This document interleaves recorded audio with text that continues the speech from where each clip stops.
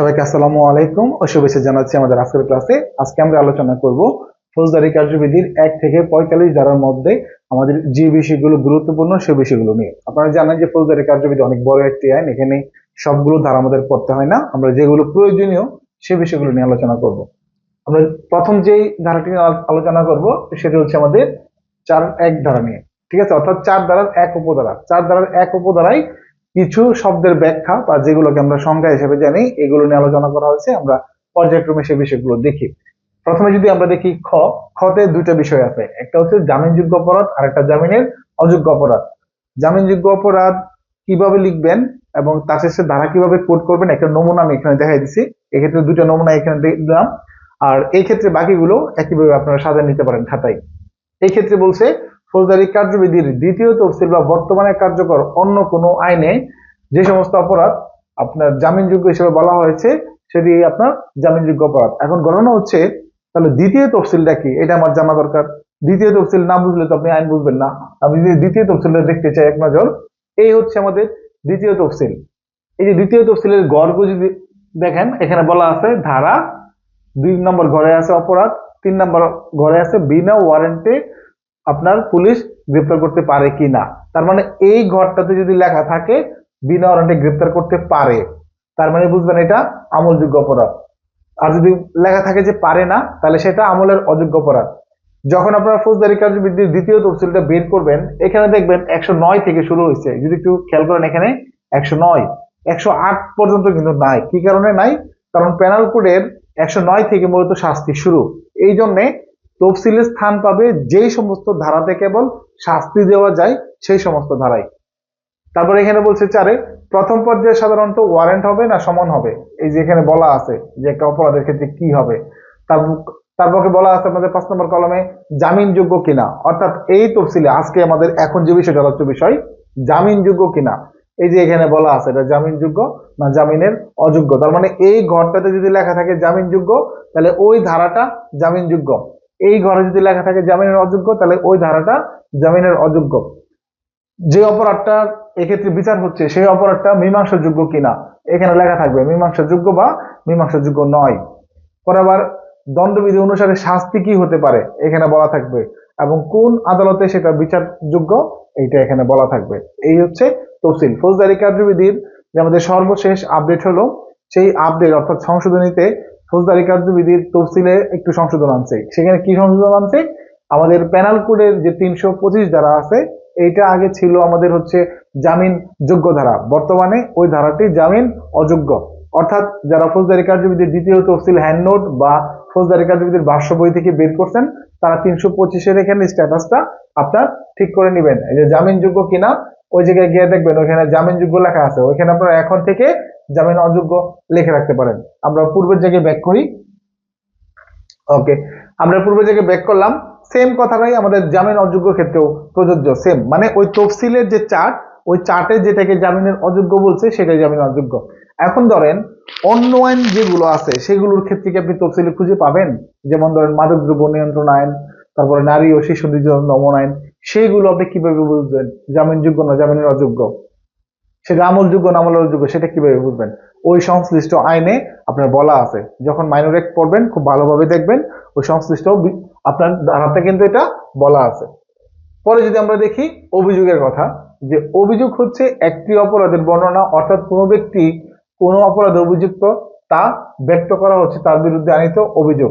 এই অভিযোগটা আমরা পড়লে আসলে বুঝি না আসলে এখানে কি অভিযোগ মানে হচ্ছে যে আসলে আপনি কি করছেন, আপনি কি করছেন, কি অপরাধটা করছেন, এটা সুস্পষ্টভাবে ক্লিয়ার ভাবে ব্যক্ত করা হচ্ছে অভিযোগ। এখন ধরেন ম্যাজিস্ট্রেটের কাছে যদি কেউ নালিশ করে অর্থাৎ সিআর মামলা করে, সেক্ষেত্রে ওইখানে আপনার বিরুদ্ধে কিছু কিছু ধারার অভিযোগ আনে। এই প্রত্যেকটা সিঙ্গেল জিনিস বা সবগুলো মিলে এটা হচ্ছে আপনার বিরুদ্ধে অভিযোগ। একইভাবে থানায় যদি মামলা করে, তখন তদন্ত শেষে কি দেওয়া হয় বলেন তো? আপনার বিরুদ্ধে যদি প্রমাণ পাওয়া যায়, সেক্ষেত্রে আপনার দেওয়া হয় কি অভিযোগ পত্র। তার মানে ওই অভিযোগ পত্রে আপনার কিন্তু অভিযোগের বর্ণনা দেওয়া আছে, কোন কোন অভিযোগ আপনি করছেন, অর্থাৎ করছেন বলতে আপনি কোনগুলো সংগঠিত করছেন। ঠিক আছে, এটাই হলো আমাদের অভিযোগ। এরপরে আমলযোগ্য অপরাধ বা ধর্তব্য অপরাধ, ওই যে আমাদের দ্বিতীয় তফসিল যেটা আমরা পড়লাম, আবার সেই ঘুরে দ্বিতীয় তফসিল বা বর্তমানে কার্যকর অন্য কোনো আইনে। তার মানে মাইনর অ্যাক্টের ক্ষেত্রে অন্য আইন, আর পেনাল কোডের ক্ষেত্রে ফৌজদারি কার্যবিধি দ্বিতীয় তফসিল। এইখানে যে অপরাধগুলোকে বলা আছে পুলিশ অফিসার বিনা পরোয়ানায় গ্রেপ্তার করতে পারে, ওই যে কলামটা আমি আপনাদের দেখাইলাম, ওই অনুযায়ী যে অপরাধগুলো গ্রেপ্তার করতে পারে সেই অপরাধগুলোই কি আমলযোগ্য অপরাধ।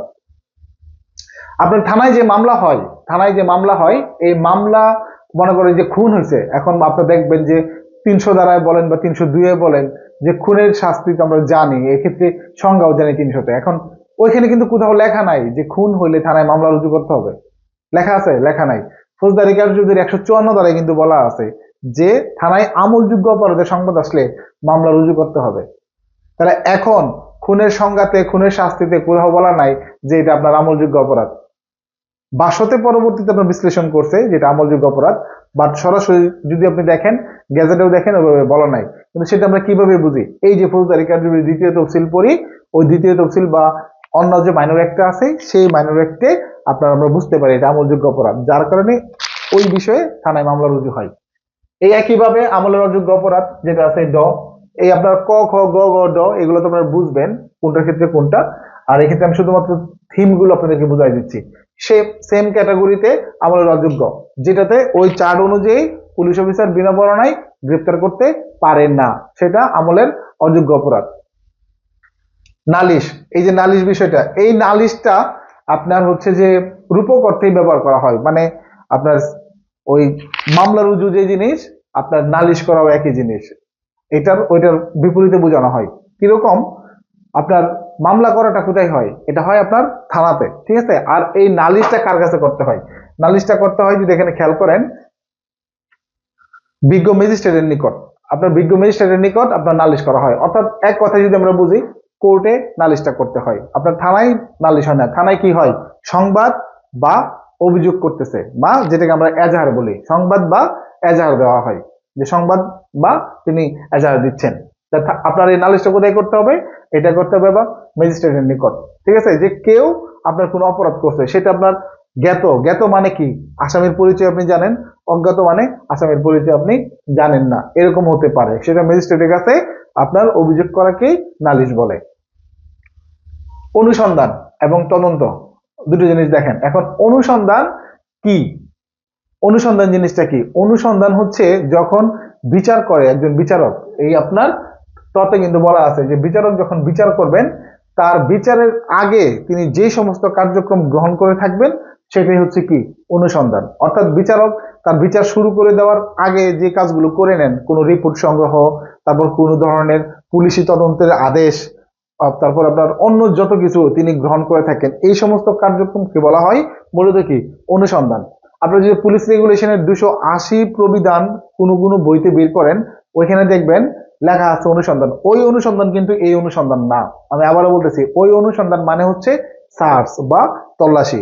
এই জিনিসটা একটু পার্থক্য বোঝার চেষ্টা করবেন। 280-তে যদি কারো বইতে লেখা থাকে প্রবিধানে অনুসন্ধান, ওই অনুসন্ধান কিন্তু এটার সাথে জোড়া লাগাবেন না, দুইটা কিন্তু ভিন্ন জিনিস। তদন্ত, তদন্ত কি?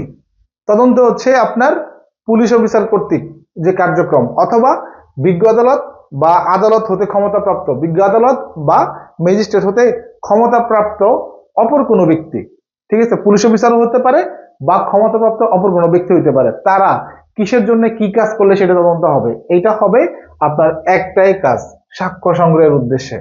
কি সংগ্রহের উদ্দেশ্যে? সাক্ষ্য সংগ্রহের উদ্দেশ্যে যত কিছু কার্যক্রম তিনি গ্রহণ করবেন সবকিছুই হচ্ছে তদন্তের অংশ। ক্লিয়ার? এটাই হচ্ছে তদন্ত।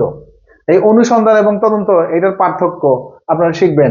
আমলযোগ্য অপরাধ, আমলের অযোগ্য অপরাধের পার্থক্য আপনারা শিখবেন। নালিশ, তারপর আপনার হচ্ছে অভিযোগ, এগুলোর পার্থক্য আপনারা শিখবেন। এখানে কিন্তু বলা আছে, এই বিষয়গুলো আপনারা প্র্যাকটিস করবেন, এবং আমি এগুলো কিন্তু পরীক্ষায় আপনাদের দিব, সাপ্তাহিক পরীক্ষায় দিব। আপনারা সেখানে আপনারা আবার সঠিক উত্তর দিব, সেই সঠিক উত্তরের সাথে আপনারা অবশ্যই কিন্তু মিলিয়ে নেবেন। তার আগে কিন্তু নিজের চেষ্টার আগে নিজে করবেন। আগে আমি উত্তর দিয়ে দিলাম, তারপরে যদি ওটা মুখস্থ করে লিখেন তাহলে তো হইলো না। আপনি আগে ট্রাই করবেন যে এটা আমি পারেন কিনা, তারপর আমি যখন দিলাম তখন আপনি মিলাই নিলেন। এইটা হচ্ছে আপনার পড়ার পদ্ধতি। আগে যদি আমি আপনাকে দিয়ে দিই তাহলে সেটা তুতা পাখির মতো হয়ে যাবে, যে আপনি তো মুখস্থ করে ফেললেন। ট্রাই করতে হবে নিজের থেকে। পরীক্ষার হলে কিন্তু আপনাকে কেউ এভাবে দিবে না, অর্থাৎ নিজেকে ট্রাই করতে হবে, অভ্যাসটা তৈরি করতে হবে। আর প্রচুর পরিমাণ লেখা কিন্তু চাই, প্রচুর পরিমাণ লিখতে হবে।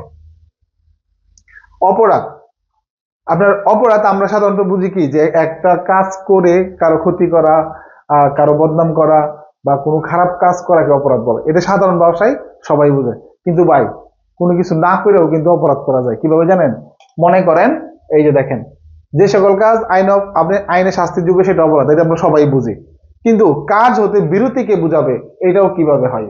এটা হয়, ধরেন যে ক্ষেত্রে সংবাদ দেওয়া আপনার জন্য দায়িত্ব ও কর্তব্য দিলেন না, তার মানে কি বিরত থাকলেন।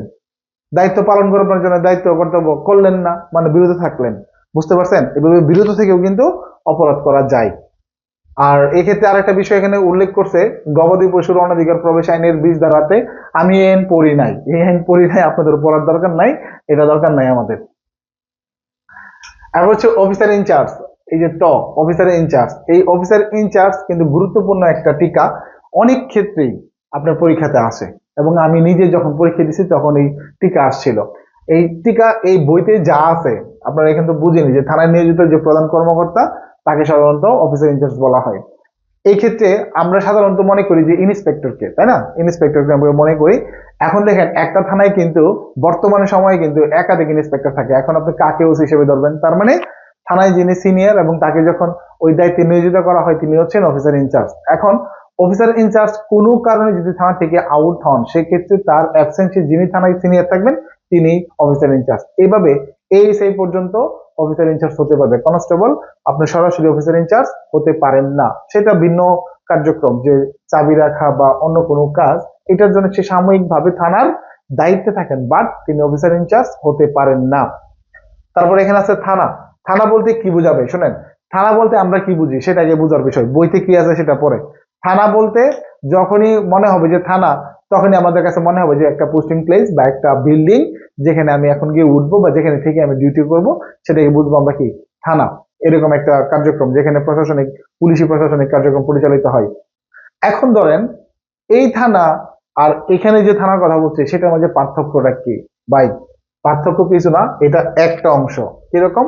এই যে আমাদের কোনো ঘাঁটি, যে ঘাঁটিটা আপনি বুঝতেছেন, যে বিল্ডিংটা, টিনশেড গড়টা, যেটাকে একটা বাউন্ডারির ভিতরে যে একটা বিল্ডিং, যেখানে ওসি সাহেব বসেন, অফিসাররা আছেন, কনস্টেবল আছেন, হাজতখানা আছে, এটাকে থানা বুঝি।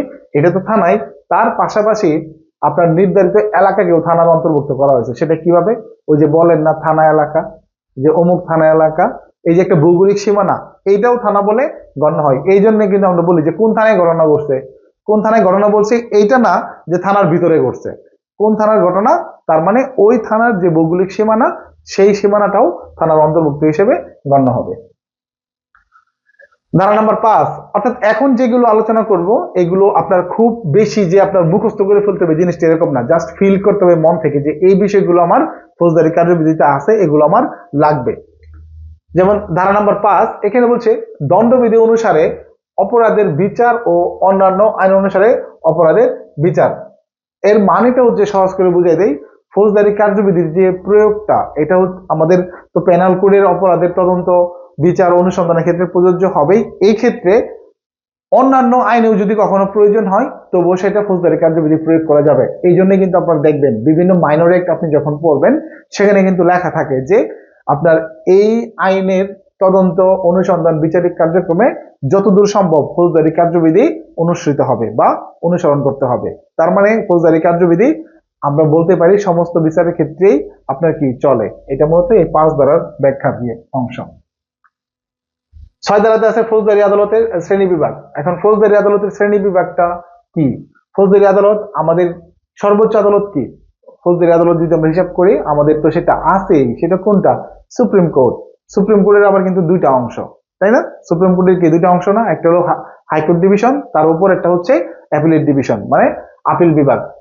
এছাড়াও আপনার কিন্তু আইন বলে প্রতিষ্ঠিত আদালত করতে পারে, আর অন্যান্য আদালত কিন্তু করতে পারে। যেরকম ধরেন আন্তর্জাতিক অপরাধ ট্রাইব্যুনাল করছে, এখানে ফৌজদারি অপরাধের বিচার হয়।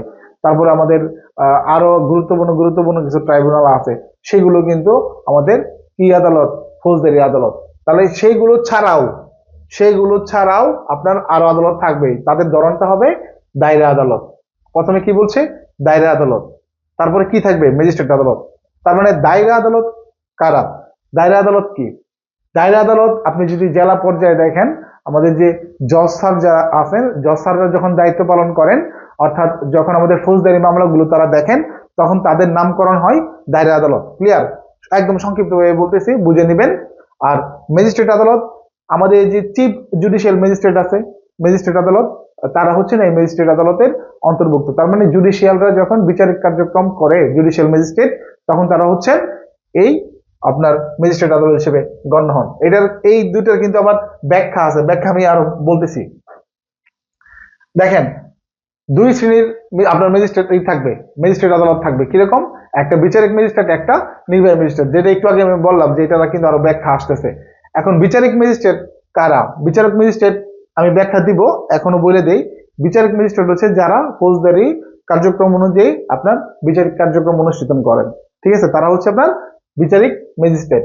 এখন নির্বাহী ম্যাজিস্ট্রেট কারা? নির্বাহী ম্যাজিস্ট্রেট হচ্ছে আপনাদের জেলা ম্যাজিস্ট্রেট যিনি থাকেন, জেলা ম্যাজিস্ট্রেটের যে নিয়ন্ত্রণাধীন যে ম্যাজিস্ট্রেট তিনি সহ, সেটা হচ্ছে আমাদের নির্বাহী ম্যাজিস্ট্রেট। এই নির্বাহী ম্যাজিস্ট্রেটরা কিন্তু আপনার বিসিএস ক্যাডার থেকে যায়, বিসিএস অ্যাডমিন ক্যাডার থেকে তারা যায়।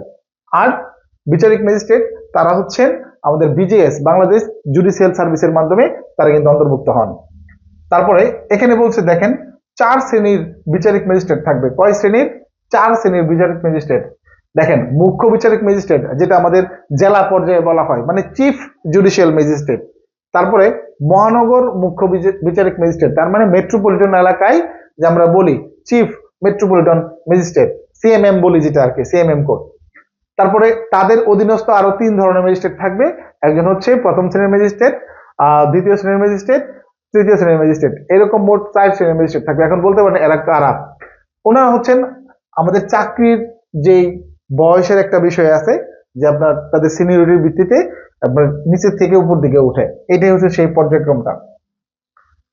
এখন হচ্ছে আমাদের দায়রা আদালত, যেটা আমি বলতেছিলাম যে আমাদের দায়রা আদালত এই 9 ধারাতে ডিটেলস আমাদের ব্যাখ্যা করা আছে। এই দায়রা আদালতের যারা বিচারক থাকেন তারা কিভাবে আসবেন এটাও এখানে বলা আছে।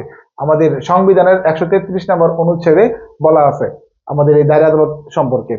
এখানে বইতে একটা জায়গায় মনে হয় ভুল আছে, দেখবেন 113 নম্বর অনুচ্ছেদ দেওয়া আছে।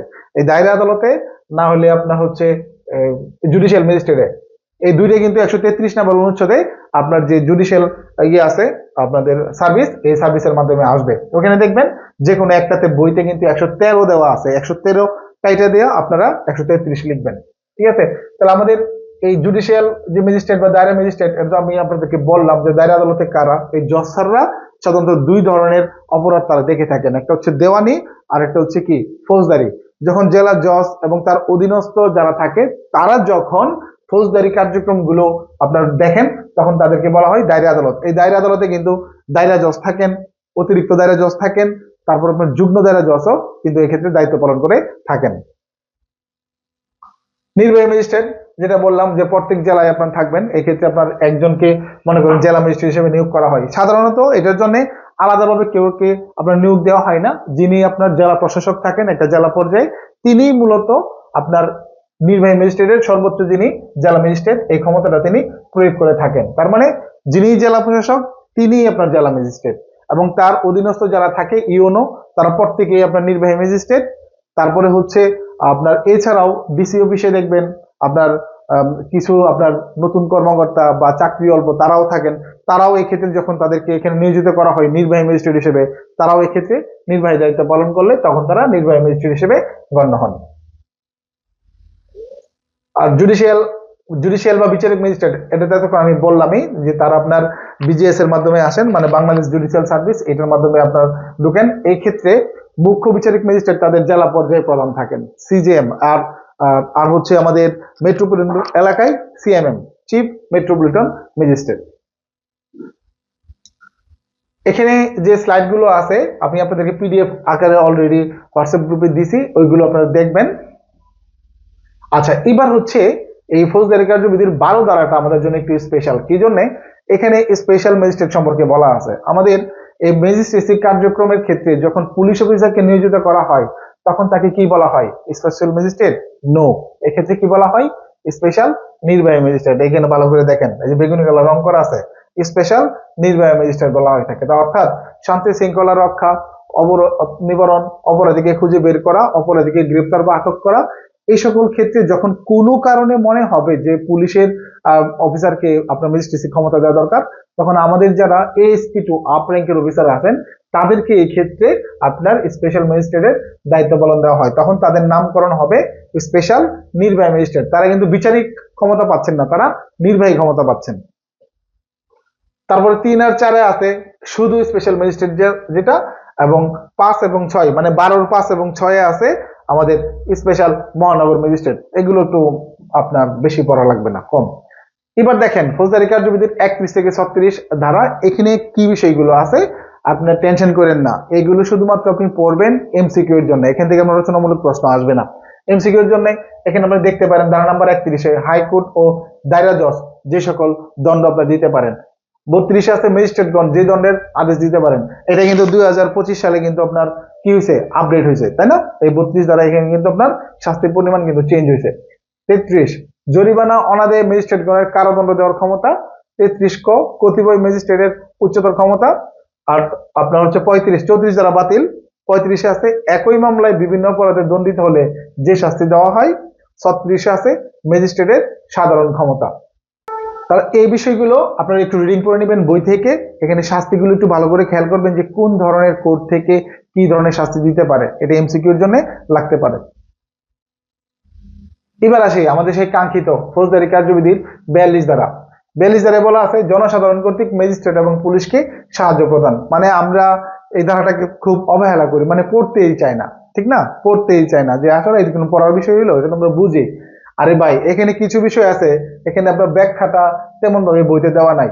এই যে জনসাধারণ কর্তৃক ম্যাজিস্ট্রেট ও পুলিশকে সাহায্য প্রদান, এই ক্ষেত্রে যদি আমি আপনাদেরকে বলি, এই জনসাধারণ আমাদের এই জনসাধারণ কি ধরনের জনসাধারণ যদি আপনাকে এখন বলা হয়, আপনি বলতে পারবেন যে জনসাধারণ বলতে কাদেরকে বলা হয়? আপনি কোনো অপ্রাপ্ত বয়স্ক ব্যক্তিকে জনসাধারণ হিসেবে গণ্য করতে পারবেন না। কোনো নারীর কাছে আপনি সাহায্য চাইতে পারবেন না, নারীর কাছে আপনি সাহায্য চাইতে পারবেন না। তাদের মানে কোনো বয়স্ক ব্যক্তি যে নিজেই চলতে পারে না তার কাছে আপনি সাহায্য চাইতে পারেন না। আপনার বাচ্চার কাছে আপনি সাহায্য চাইতে পারেন না। এগুলো বোঝা যায়, যে এগুলো বোঝা যায় যে বিষয়গুলো সাধারণত একজন ব্যক্তি কি এখানে সাহায্য করতে তিনি অক্ষম। এই অক্ষম ব্যক্তির কাছে সাহায্য চাওয়া যাবে না, ঠিক আছে? অক্ষম ব্যক্তির কাছে আপনার সাহায্য চাওয়া যাবে না। কাকে সাহায্য করবে? এক্ষেত্রে বলছে ম্যাজিস্ট্রেট ও পুলিশকে, এই দুই শ্রেণীর ব্যক্তিকে সাহায্য করবে। এখন যদি 42 দ্বারা আপনি দেখেন, এই 42 দ্বারাতে যে কি পয়েন্টটা সেটা বলছে যে এই ক্ষেত্রে জনসাধারণ কিন্তু বাধ্য থাকবে। কি থাকবে?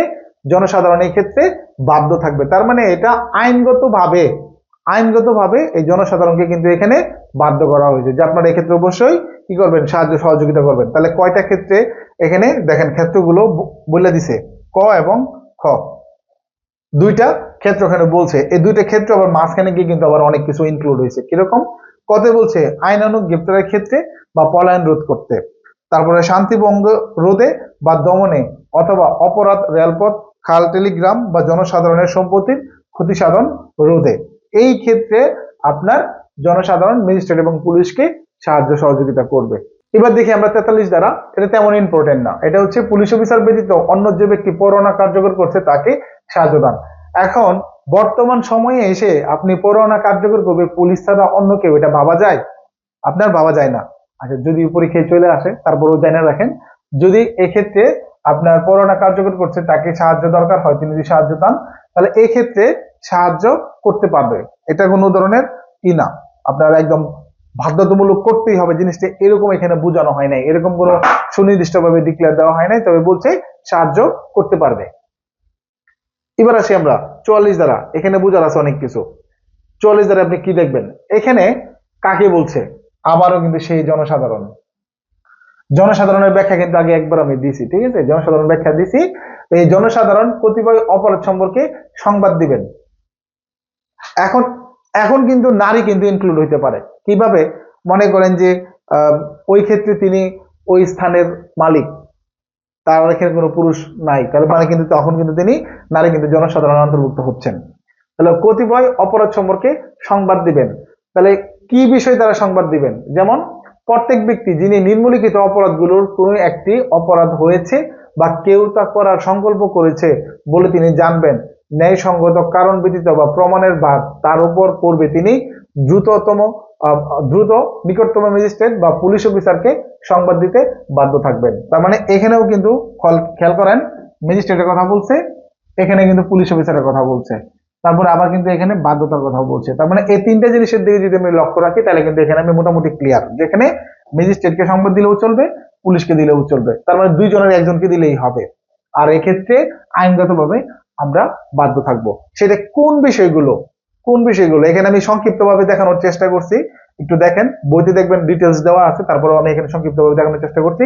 এই যে এখানে প্যানাল কোডের 121, 121 ক, তারপর আপনার 124, 124 ক, 126, 130, এগুলো এই ব্র্যাকেট গুলো হবে না। হ্যাঁ, এই ব্র্যাকেট গুলো হবে না, ব্র্যাকেট গুলো বাদ যাবে। আচ্ছা, তারপরে 143 থেকে 145, এই যে বেআইনি সমাবেশ রিলেটেড আর কি, দাঙ্গা হাঙ্গামা। 147, 48, এই যে খুন খারাপি যেগুলো আছে, 302 থেকে 304, 382, 392 থেকে 99, আবার যে দোষতা ডাকাতি, এরকম ডাকাত দলের সদস্য। এই 35, 435, 36, যার মানে এখানে হচ্ছে কি অগ্নিসংযোগ। তারপরে এই যে আপনার 449, 50, 457 থেকে 460, এই রিলেটেড যদি আপনার কি তিনি জানতে পারেন যে অপরাধ হয়েছে বা কেউ তা করার জন্য প্ল্যান করতেছে, এই মুহূর্তে জানতে পারেন, তাহলে ওই ব্যক্তি এটা কাকে জানাতে বাধ্য থাকবেন? ম্যাজিস্ট্রেট বা পুলিশকে। আচ্ছা, এর আগেই যেটা বললাম, আর এটাতে বললাম যে বাধ্য থাকবেন যদি আপনার এই ক্ষেত্রে তিনি না জানান, তাহলে তার কি হবে? তিনি আইনগতভাবে অপরাধ করলেন কিনা বলেন। তিনি যেখানে বাধ্য, বাধ্য হওয়ার পর তিনি করলেন না, তাহলে তিনি আইনগতভাবে অপরাধ করলেন না, অবশ্যই তিনি এক্ষেত্রে আইনগতভাবে অপরাধ করলেন। 42 দ্বারাই আমাদের যে সাহায্য করতে বাধ্য ছিল, সাহায্য যদি না করে, সাহায্য না করলে,